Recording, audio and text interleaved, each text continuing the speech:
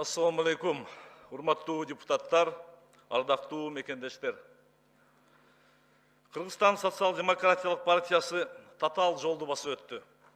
Башынан түрдүү сыноолорду кечирди, сынбады. Кайра чыйралып, өлкө тагдырын чечүүчү мезгилдерде алдыда жүрдү. Тилекке каршы бүгүнкү күндө партиянын тегерегинде орун алган талаш-тартыштар анын көп жылдан бери топтогон аброюна көлөкө түшүрдү.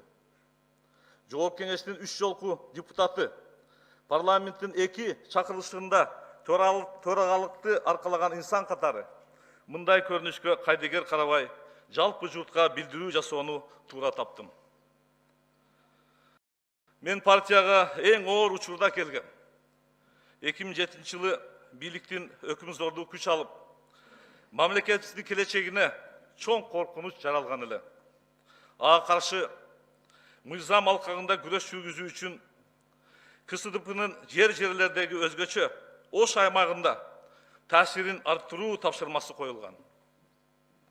Президентибиз Сооронбай Шариповичтин ошол мезгилде партия көмөктөшүү сунушунан кийин КСДПнын катарына кошулуп, анын түмөн түйшүгүнө аралашканмын.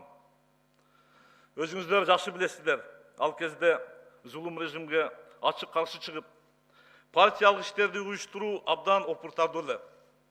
Өмүрүбүздү тобокелге салып, партиялаштарыбыз менен биргеликте адилеттүү ком түзүү максатында ишибизди баштаганбыз. Алгачкы жыйынтыгы жаман болгон эмес.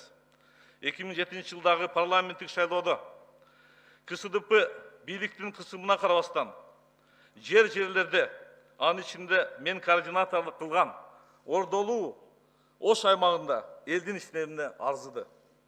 Натыйжада Ош аймагында 87 миңден ашуун добуш жыйнаганбыз. Бул КСДПнын топтогон жалпы добуштардын 45%-ын түзгөн. Адилетсиз бийликтин өзүн билемдиги орноп турган заманда мындай ийгиликке жетишүү оңойлотон иш эмес эле.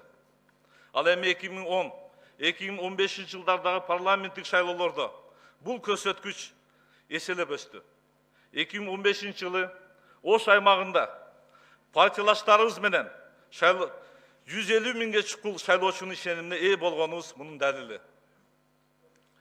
Биздин партия 2013 жылдагы элдик революцияны жүзөгө ашырууга мамлекетибиздин тарыхында бурулуш жасоонун башында турган. Андан соң элдин жеңиши менен келген башкаруунун жаңы формасын түптө мамлекеттүүлүктү бекемдеп, Кыргызстаныбыздын чыныгы көз карандысыздыгын камсыздоо багытында ишибизди уланттык. Биз социал-демократтар партиялык түзүлүштү чыңдап, күчтүү жана гүлдөгөн өлкөнү курууга баардык күчүбүздү жумшадык. Партиянын катардагы мүчөсү гана эмес, бир кездеги КСДПнын жетекчисинин орун басары, Жогорку кеңештин депутаты, парламенттин төрагасы катары мындай иштерге катышканыма сыймыктанам. Урматтуу депутаттар, кадырлуу мекендештер, партиялар саясий элитанын тагдырын эмес, карапайым жарандардын кызыкчылыктарын коргоп, таламын талашууга тийиш. Партия төрагасынын жеке мүдөөсү, жеке таарынычы, жеке амбициясы мамлекеттин өнүгүүсүнө залакасын тийгизбеши керек.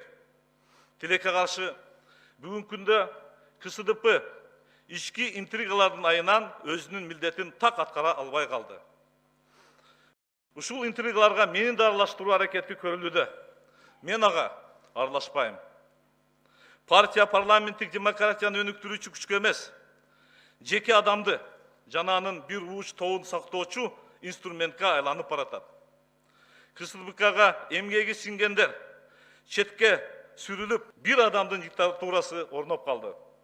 Партиянын жетекчиси дайыма жалгыз мен барын кыраткам деп жетишилген ийгиликтерди өзүнө ыйгарып келет. Бирок партия тарабынан жасалган иш-аракеттер бир эле адамдын эмгеги эмес. Мында убагында президенти Сооронбай Шарипович, фракция лидери Иса Шишинкулович жана башка социал-демократтар баштаган активдүү мүчөлөрүнүн салымы чоң болгон. Жакшы иштердин автору жалгыз өзү болуп, КСДПнын бүгүнкүдөй кризиске кептелгенине башкаларды күнөөлөгөнгө өттү. Бул туура эмес. Кайсы гана партия болбосун, Анын жакшысына да, жаманына да партиянын лидери жоопкер. Кыргызстандагы алдыңкы партиялардын бири. Өзүм жан дилим менен аралашып, калыптандырган уюмдун учурдагы абалы жүрөгүмдү оорутуп, бир чети зээнимди кейитип турат, урматтуу депутаттар. КСДПнын тегерегинде жүрүп жаткан окуялар мамлекеттин жаркын келечегине кедергисин тийгизбеши абзел. Мен өмүр бою КСДПда да мүчө болуп жүрөм деп ойлогом. Ага чейин бир дагы партияга мүчө болгон эмесмин.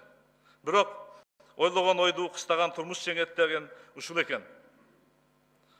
Мен өлкөнүн келечегине кайдыгер карабаган инсан катары Кыргызстан социал-демократтар партиясынын чыгуу чечимин кабыл алганымды расмий жарыялайм.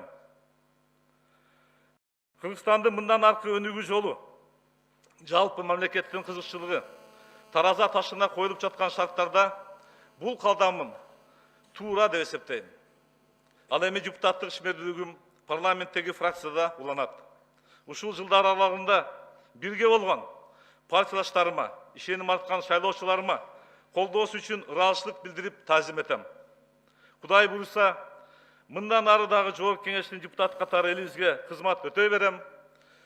Буга менин билимим, тажрыйбам, кайратым да жетет. Урматтуу депутаттар, ардактуу мекендештер, мамлекетибизди өнүктүрүү үчүн талыкпаган эмгегибиздин акыбетин көрөлү.